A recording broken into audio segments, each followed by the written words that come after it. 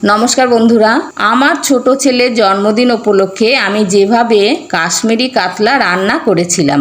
এখানে সব পেটির মাছ দিয়েই আমি রান্নাটা করব। প্রথমে মাছ পরিষ্কার করে ধুয়ে নুন হলুদ মাখিয়ে নেব আর কড়াইতে দিয়ে দেব তেল। তেল গরম হলে সমস্ত মাছ আমি একে একে ভেজে তুলে নেব।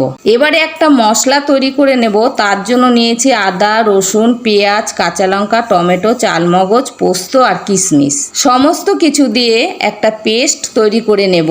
এবারে ওই মাছ ভাজা তেলের মধ্যে দিয়ে দেব তেজপাতা, জয়িত্রী, গোটা গরম মশলা, একটু নাড়াচাড়া করে এবারে দিয়ে দেব পেস্ট করে রাখা মশলা। এবারে ভালো করে কষিয়ে নেব। এরপর দেব জিরে গুঁড়ো, ধনে গুঁড়ো, আবারও কষিয়ে নেব। এবারে দেব আন্দাজ মতো নুন, হলুদ, কাশ্মীরি লঙ্কা গুঁড়ো। খুব ভালো করে কষিয়ে নেব আর তেল ছেড়ে আসা পর্যন্ত অপেক্ষা করব।